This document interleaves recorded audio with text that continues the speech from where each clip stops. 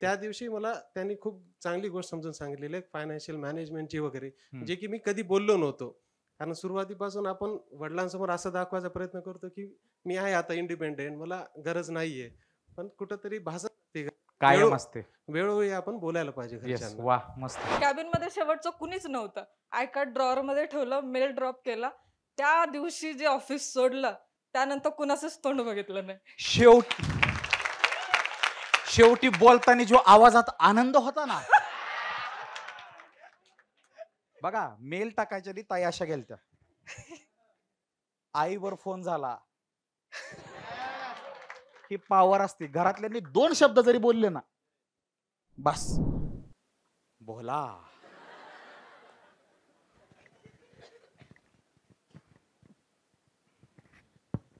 पप्पांसोबतच्या relation बद्दल 2 stories आहेत. पटपट सांगते पण दोन्ही येस. सांगते. जॉबला लागले मी 2020ला. कोविड आलं. मला पोस्टिंग मुंबईचं मिळालं. म्हणजे सगळं फॅमिली वगैरे सगळं पहिल्यापासून पुण्यामध्येच आणि पोस्टिंग तिकडे. तर आई वडील माझ्या सोबत येऊन राहत होते. त्याच्या आधी माझं अफेअर चालू होतं. तर मग मी कंटिन्यू तिथे फोनवर वगैरे बोलायचे सारखी, म्हणजे नाही का. आणि तिकडनं इकडे जवळजवळ 6 महिने यायला भेटत नव्हतं. आणि इकडे म्हणजे आमचं कसं होतं की ऑलमोस्ट आम्ही 3-4 दिवसातनं वगैरे भेटायचो. तो मला त्रास खूप होत होता. म्हणजे मला असं वाटत होतं आता कोविड मध्ये सगळं जग संपणार आहे आणि मला त्याला भेटायच्या आधी मरायचं नाहीये. टू लव. असं होतं माझं. तर पप्पांना ते कुठे, आणि ह्याच्या आधी माझं असं होतं की म्हणजे घरच्यांसोबत असं होतं की मला आयुष्यात कधी लग्नच नाही करायचंय. त्याच्यामुळे घरच्यांना माझी ही साईड अजिबात माहिती नव्हती. आणि ते पप्पांनी कुठेतरी ओळखलं, म्हणजे नाही का, की जॉब पण लागला होता. तर त्यांच्या मनात होता कुठेतरी, पण मी इतकी दंगा करायची की त्यांच्या मनात भीती की आता हिला लग्नाबद्दल कसं विचारायचं. आणि माझ्या पप्पांना खूप असं कडक होते लहानपणापासून बाकी सगळ्या भावंडांबरोबर. माझ्यासोबत एवढे नव्हते, पण त्यांना असं मुलांशी बोललेलं, म्हणजे माझी मैत्रीण पण एका मुलाशी बोलत असेल तर त्यांना ते पण आवडायचं नाही, इतके कडक होते. आणि एक दिवस आई भाजी आणायला खाली गेली होती आणि ते माझ्या जवळ आले. मला सहज म्हटले की तुझं असं काय असेल ना तर तू मनमोकळेपणे मला सांग. मम्मी ही गोष्ट नाही समजून घेऊ शकणार, पण मी समजून घेऊ शकतो म्हणून. माझ्या पप्पांचं वय आता 72 आहे. आणि मी त्यांच्यापाशी ही गोष्ट पहिल्यांदा ओपनली बोलली की असं असं आहे आणि माझ्या मनात त्याच्याशी लग्न करायचं आहे हे सगळं. आणि त्यांनी ते मम्मीला कन्व्हिन्स केलं. माझं लग्न झालं 1 वर्षानंतर आणि आता आम्ही हॅपीली मॅरिड आहोत.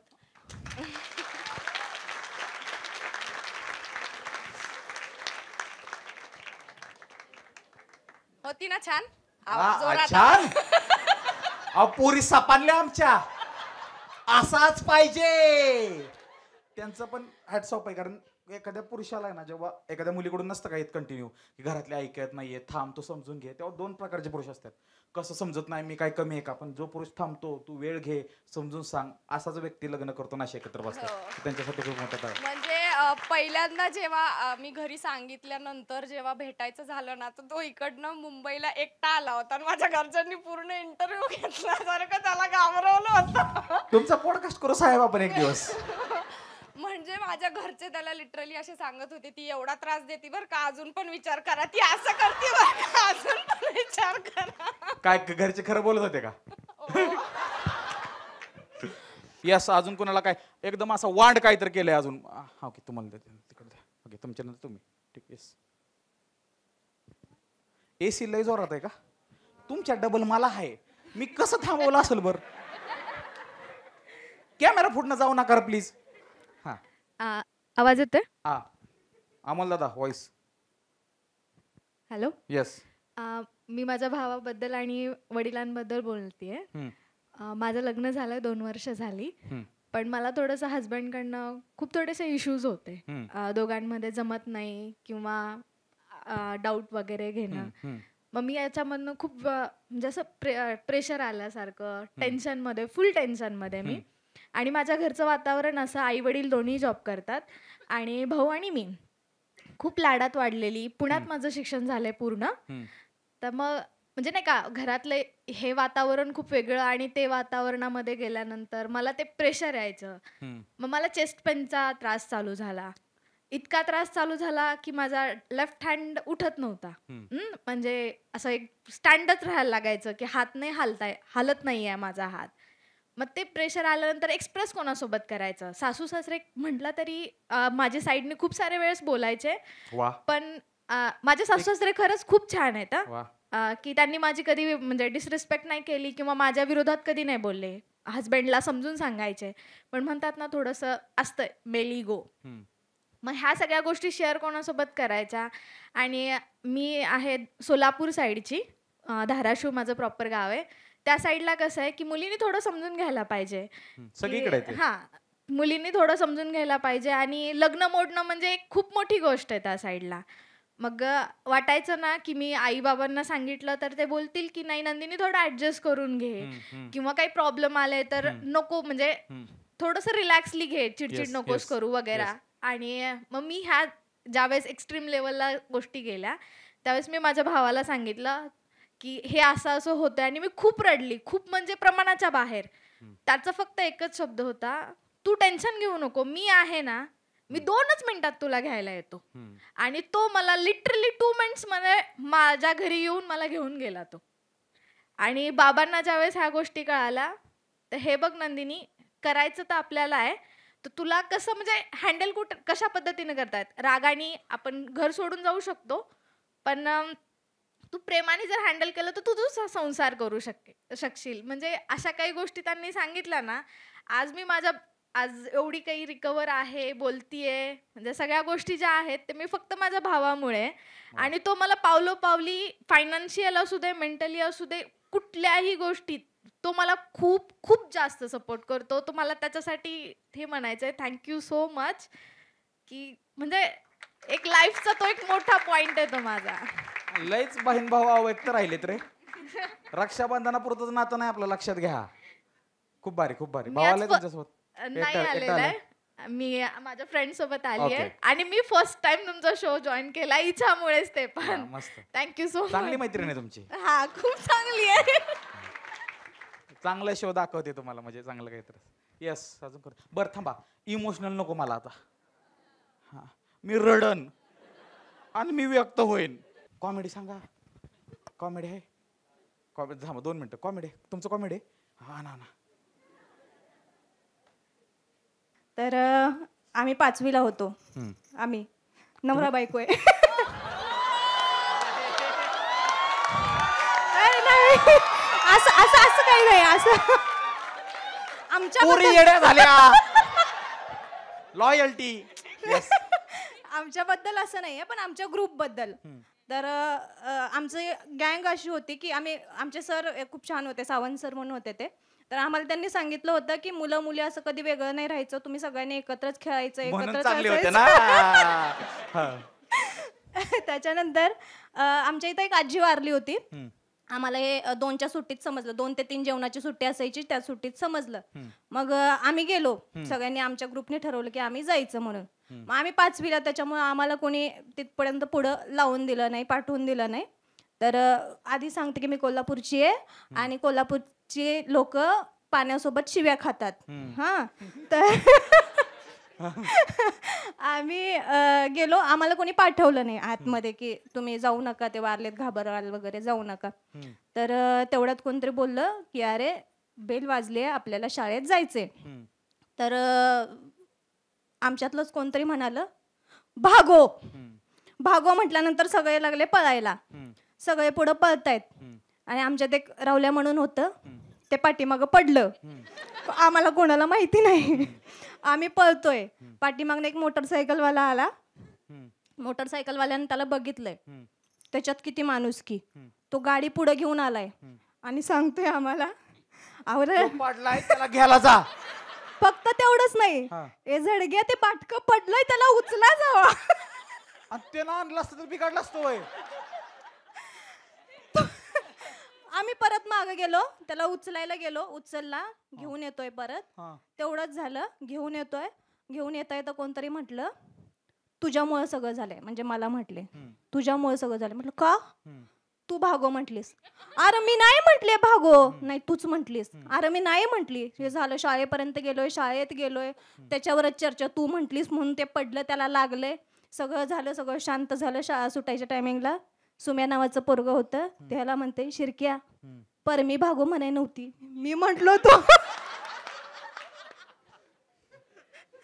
असा तो सुम्या होता. सुम्याचा आवाज पुरी करत होता का?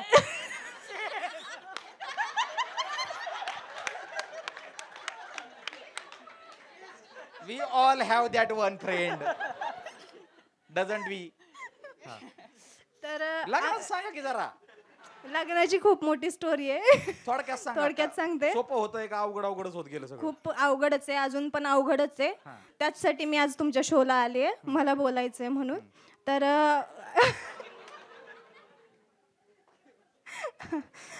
आमचे साहेब पण काय कमी कांड करणारे नव्हते.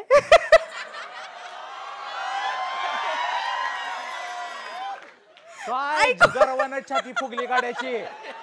बायको जावा नवऱ्याला साहेब म्हणते ना. आयो गडी असाच आमचं साहेब. बोला.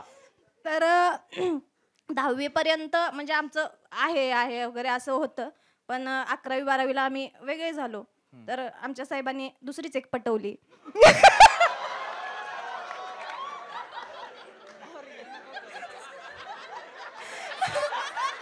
पुढे सांगा लवकर, पोरं ऐकणार नाहीत. तर ती काही जास्त दिवस चाललं नाही, 2 वर्ष 1-1.5 वर्ष काहीतरी झालं. त्याच्यानंतर साहेबांनी पण तिचा नाद सोडून दिला. तर सगळा विषय जाऊ दे, बिचारीचं लग्न झालंय, जास्त नको बोलायला तिच्याबद्दल. Good decision. तर त्याच्यानंतर परत मग आम्ही बोलायला लागलो. म्हणजे आमचं बोलणं असायचंच, पण एवढं जास्त आमचे घरचे थोडे स्ट्रिक्ट होते, त्याच्यामुळे जास्त बोलणं वगैरे नसायचं. पण मला राग असायचा की ह्यानं असं का केलं माझ्याशी. म्हणजे शाळेत नाही ना काढत तुम्ही? कधी कधी असतो. तर त्याच्यानंतर 2020 मध्ये आमच्या घरी आमच्याबद्दल समजलं. तर त्याच्यानंतर आम्ही 2 वर्ष थांबलो होतो की घरचे हो म्हणतील, घरचे एक्सेप्ट करतील. तर हे आधीच ते गावातलेच असल्यामुळे गावात सगळ्यांना माहिती होतं की साहेबांनी गुण उधळलेले आहेत. त्याच्यामुळे त्यांना तिला फसवले, तुला का नाही फसवणार तो, तुमच्या घरातले म्हणले असे घरचे म्हणत होते. तर त्यांचं पण बरोबर होतं, त्यांचं काही चुकीचं नाहीये. मी त्यांना कधी चुकीचं म्हणणार नाही. पण ह्याच्यावर विश्वास नाही असं नाहीये. तुम्ही काड्या लावा रे. तुम्ही राखील आणा, राखील. ह्याच्यावर विश्वास नाही असं नव्हतं, माझा ठाम विश्वास होता. आई वडिलांना वाटणार, आई वडिलांना वाटतं त्यांची बाजू बरोबर आहे. त्यांनी सगळं समजावून सांगितलं होतं. मी कन्व्हिन्स सुद्धा झाले होते की नाही, तो अजून शिकतोय, त्याच्या भावाने त्याच्यासाठी शिक्षण सोडलंय, आणि बहीण आहे त्याची, बहिणीचे मिस्टर वारलेले, ती पण इकडेच आहे, बाळ लहान आहे बहिणीचं, त्याच्यावर जबाबदारी आहे. तर मी कन्व्हिन्स झाले होते की नाही करायचं बाबा, जाऊ दे, आपण त्याला सांगून देऊ की तुझं करिअर बघ तू, मी माझं बघते, असं सांगायचं ठरलं होतं. पण दुसऱ्या दिवशी जेव्हा माझ्या घरच्यांना, बाकीच्यांना, चुलत्यांना वगैरे समजलं, त्यांनी मला गाडीत घातली आणि जंगलात घेऊन गेले समजावून सांगायला.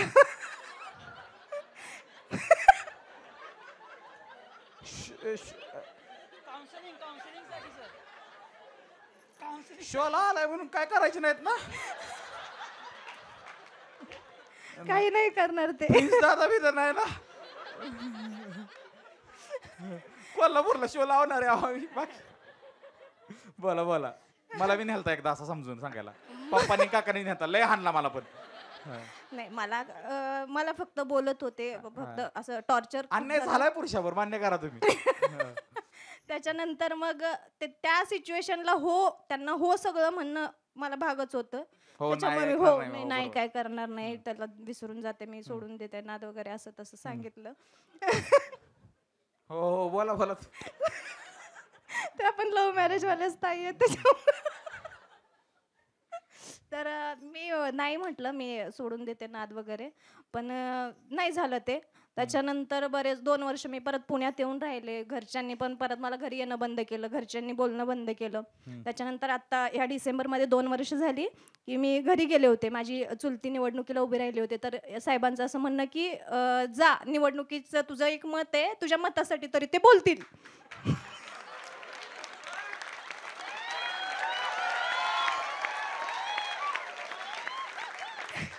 सगळ्या जगाच्या निवडणुकी एका बाजूला, कोल्हापूरची निवडणूक एका बाजूला, ठरवूनच पाडत्यात, सुटीच देत नाहीत ही माणसं.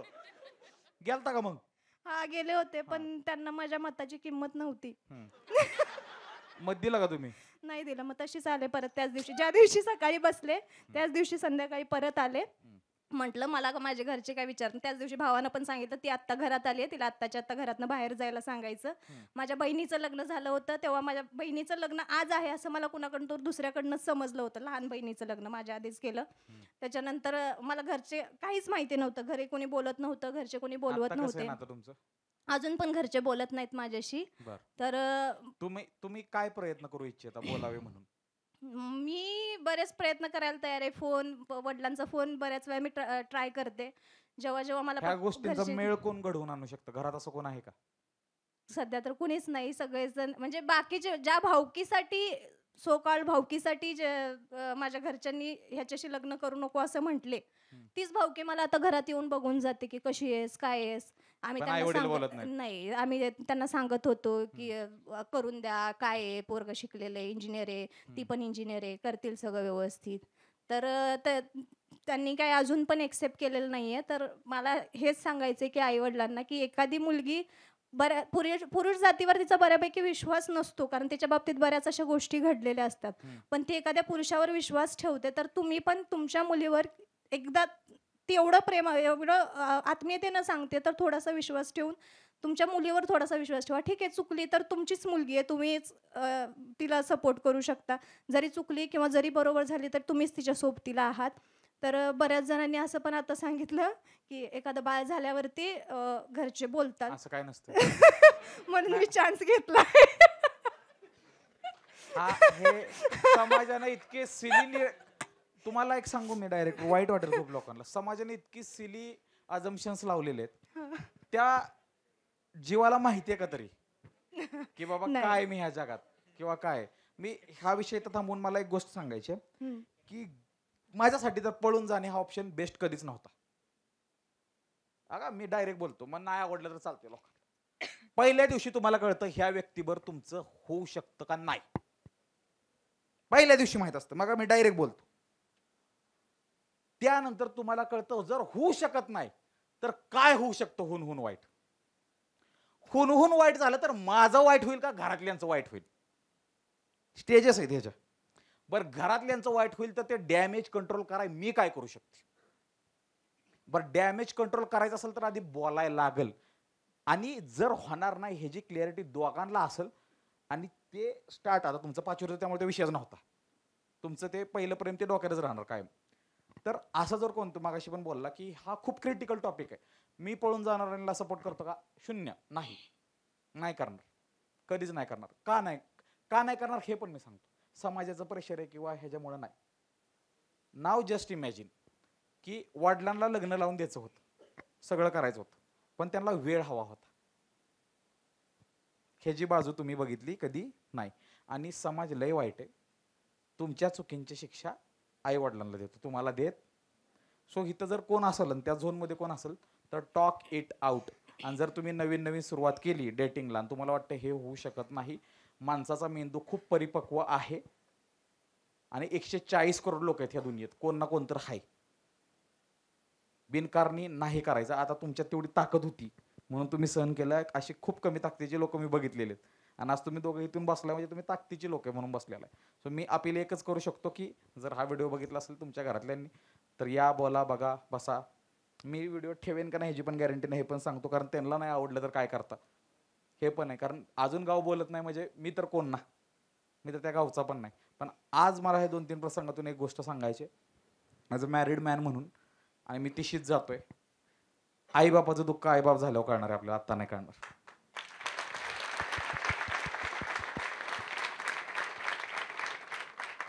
आणि मे बी ही शेवटची पिढी होती जी खानदानाचा विचार करायची.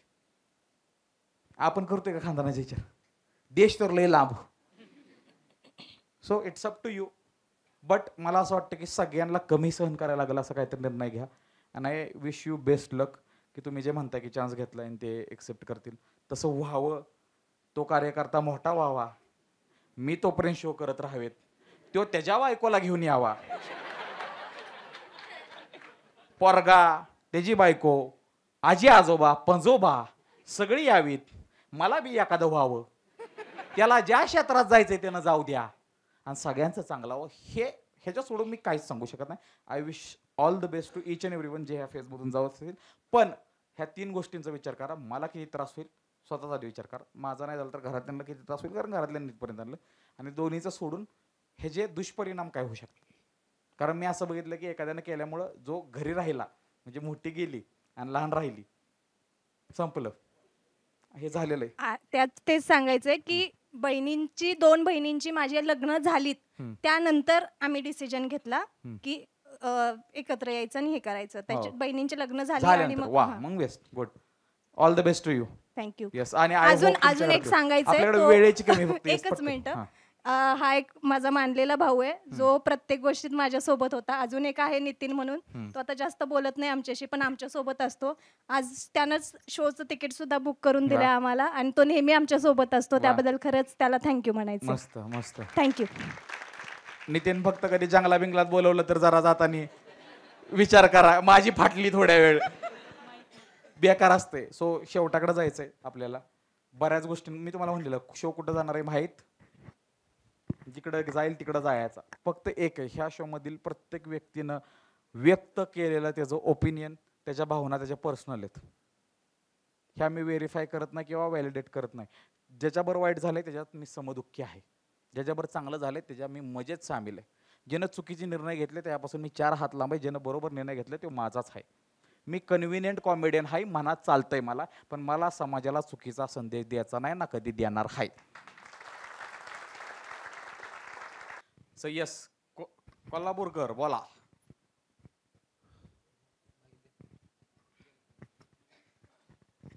हॅलो. शाळेतला किस्सा सांगायचा. पाटकीन.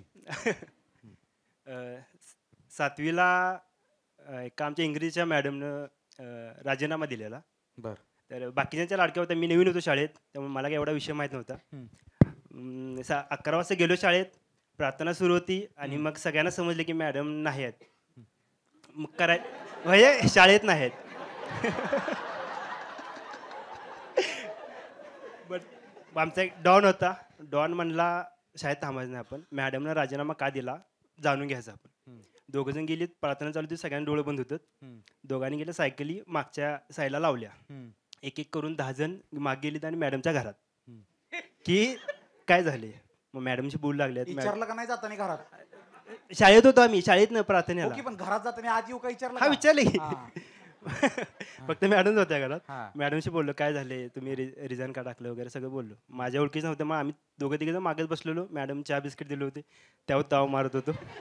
मग मॅडम रडत होते, असं झालं हे झालं. मग ते सांगत नाही काय झालं होतं, पण ते झालं. 1-1.5 तास गेला, आम्हाला आयडिया नव्हती मागे काय झालं.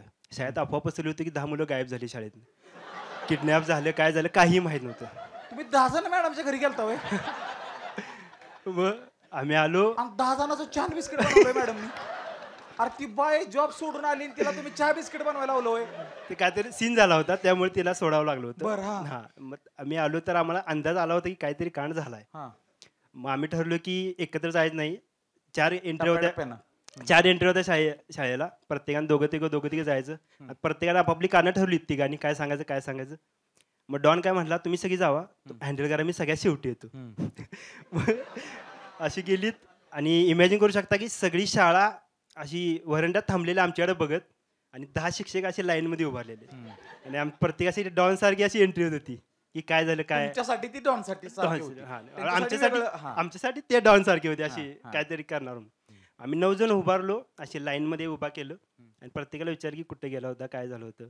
मग कारण ठरलं होतं, जसं की मी म्हणलं की माझी वय राहिली होती. दुसरा म्हणला मी वयाने गेलो. दुसरा म्हणला मी त्याच्यासोबत गेलो होतो का, कारण माझी वय त्याच्याकडेच होती. मग असं 4-5 पर्यंत कारणं संपलीत. पुढच्याने काय सांगायचं, सगळ्यांना मारा चालू गेलं. मग कारणं संपली सगळ्यांची, त्यामुळे खरं सांगावं लागलं. मग डॉन आला. डॉनला वाटलं की यांनी हँडल केलं असेल काहीतरी. डॉन जरा तावात आला होता, जरा काहीतरी बघू मी हँडल करतो काय झालं नसतं. मग तो आल्या आणि त्यानं बघितलं की सगळ्यांचे गाल लाल झाले होते. मग तिची टरकली. तो म्हणला की असं काय कारण द्यायला पाहिजे ज्यानं मला मारणार नाहीत. डॉन काय म्हणला? डॉन म्हणला सर मला हागवण लागलेली. तर सगळ्याच त्याला मारला. जो ऑलरेडी लिकेजवर आहे त्याला लय मारून प्रेशर द्याल का? मग डॉनला हाणला का नाही हाणला? हाणला की त्याला सगळ्यात जास्त हाणला, कारण माहिती होतं की डॉन, सगळ्यांना माहिती होतं. हागूस तर मारला का बरं? मारलाच, बघितलं नाही.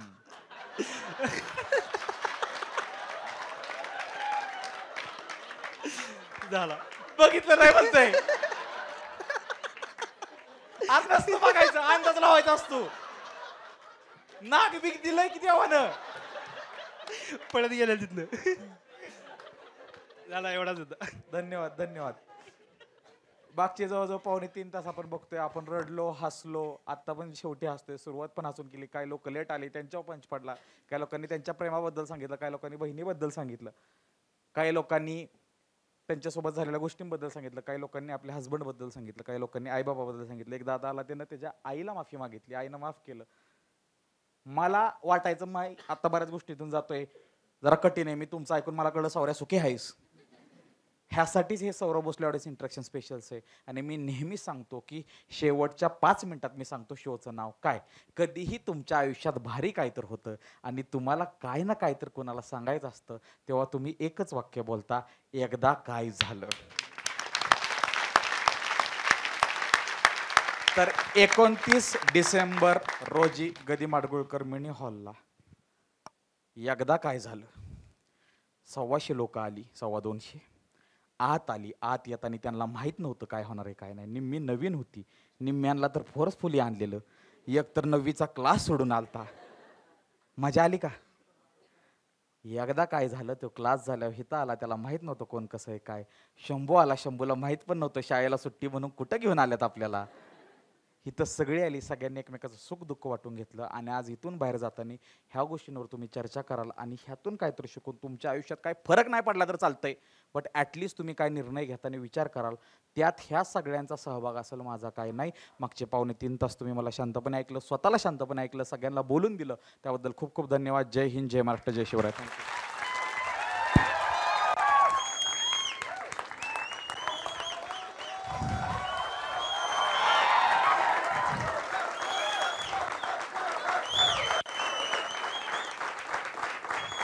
धन्यवाद धन्यवाद धन्यवाद.